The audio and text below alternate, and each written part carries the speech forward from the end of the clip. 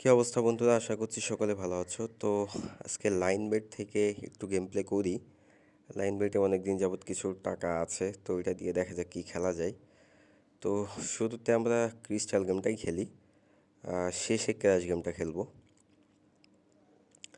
তো দেখা যাক ক্রিস্টাল থেকে আমরা কিছু উইন করতে পারি কি না। ক্রিস্টাল গেম টেম খেলতে আমার একটু ভয়ই করে, কারণ আমি খেলতে আসলে দেখি ম্যাক্সিমাম সময় লস করি। কারণ এই গেমগুলো র্যান্ডম গেম, তো টোটালি কোম্পানির হাতের গেম।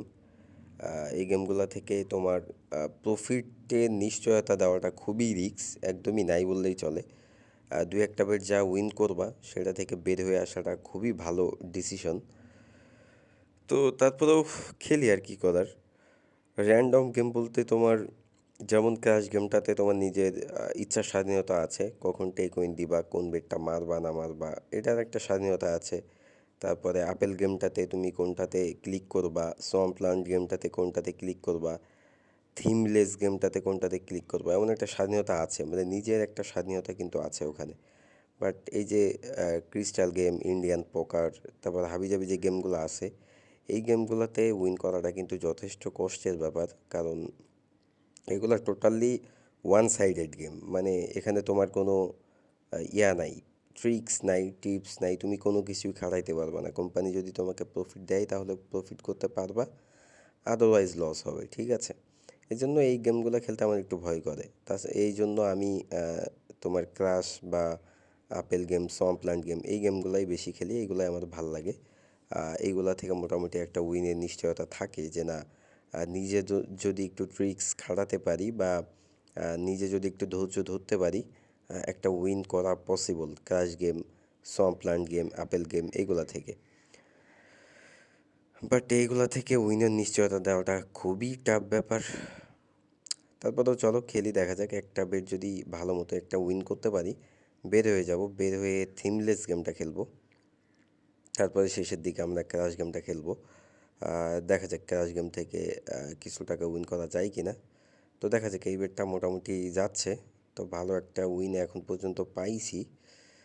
ও, দারুণ একটা উইন দিছে। যাক, ভাল লাগছে। আমি তো আশা ছেড়েই দিছিলাম যে এখান থেকে উইন করতে পারবো না, বের হয়ে যাব। তো যাই হোক, একটা উইন যেহেতু দিছে আর খেলার প্রয়োজন নাই। এখন খেললে হয়তো উইনটা নিয়ে আমার ব্যালেন্স থেকেও টান দিতে পারে, বলা যায় না। তো আমরা চলো এখন থিমলেস গেমটা খেলা যাক।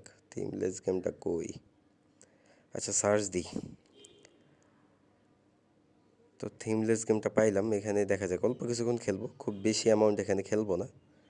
থিমলেস গেমটা আমার বেশ পছন্দের। থিমলেস গেমে তোমরা জানো দুইটা অপশন আছে, একটা 2.91 আর একটা 1.45। তো 1.45টা নিলে মোটামুটি উইনের চান্স থাকে মোটামুটি 70%ই বলা যায়।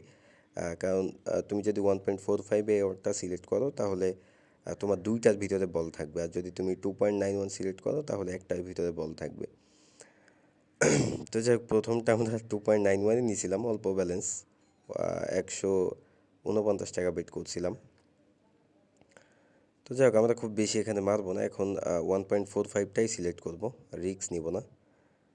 রিস্ক নিলে লস হওয়ার চান্স থাকবে, যেহেতু কিছু টাকা উইন করছি, এই টাকাটা হারানো উচিত হবে না। যাদের লোভ কম তারা খেলতে পারো, থিমলেস গেমটা কিন্তু ভালো, খারাপ না। 1.45 বোর্ডটা তোমরা ম্যাক্সিমাম টাইমে উইন করতে পারবা, সম্ভাবনা থাকে অনেক উইন, পার্সেন্টেজ অনেক ভালো এখানে উইন করার। আর যদি তোমার লোভ কম থাকে, আর যদি লোভ বেশি থাকে আমি বলবো না খেলাটাই উচিত, কারণ 2.91 ওটা ম্যাক্সিমাম টাইমেই লস যায়। শুরুর দিকে কয়েকটা বিট দেয়, বাট ম্যাক্সিমাম টাইমেই কিন্তু লস যায়। তো যাই হোক, আমরা দেখা যাক আর কয়েকটা বিট খেলি, খেলতে থাকি, দেখা যাক। তারপরে এখান থেকে বের হয়ে আমরা ক্রাশ গেমে ইন করব। তার বেশিক্ষণ খেলবো না, এখানে উইন করতে আসলে অনেক সময়ের ব্যাপার। আর যারা পার ডে 100-200-300 টাকা উইন করতে চাও তারা এই গেমগুলো খেলতে পারো, ভালো চান্স থাকে উইন করার। তো যাই হোক, আমরা এখন ক্রাশের ভিতরে ঢুকি, দেখা যাক ক্রাশ গেমটা আমাদের সাথে কী ধরনের আচরণ আসলে করে। এখন খেলাটা, ক্রাশ গেমটা একটু রিস্ক হয়ে যাচ্ছে, কারণ যেহেতু আমি গেমটা ফলো করি নাই, র্যান্ডম খেলতে চলে আসতেছি, এখন ফাটাচ্ছে না দিচ্ছে এটা বলাটা খুবই কষ্ট।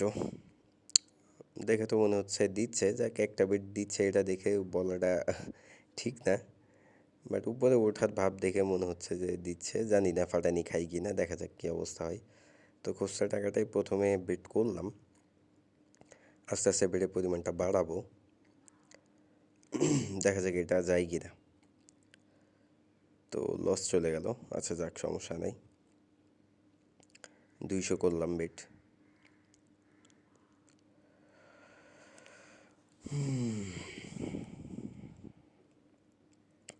ও মাই গড। আচ্ছা লস যাক সমস্যা নেই, কিছু প্রফিট তো আমাদের আছে। লস গেলে খুব একটা সমস্যা নেই, বাট যেহেতু কষ্ট করে প্রফিটটা করছি, এটা লস গেলে আবার খারাপও লাগবে। দেখা যাক কোন পর্যন্ত যেতে পারি আমরা। একটু দুধে দুধে নেওয়ারই চেষ্টা করব, একটু ভালো উইন করার জন্য। সেইট চিন্তা করছিলাম যে 5x-এর টেক উইন দিব, বাট বেশি লোভ করতে যেয়ে আসলে লসটা হয়ে গেল। তো অ্যামাউন্টটা বাড়িয়ে দিলাম, যেহেতু লস হয়ে গেছে। মোটামুটি একটা ব্যালেন্স 500 করে বেট করি, দেখা যাক। ও বাবা রে, আমি আসলে আমার ফাটানো শুরু করছে না কি, বুঝলাম না কিছু।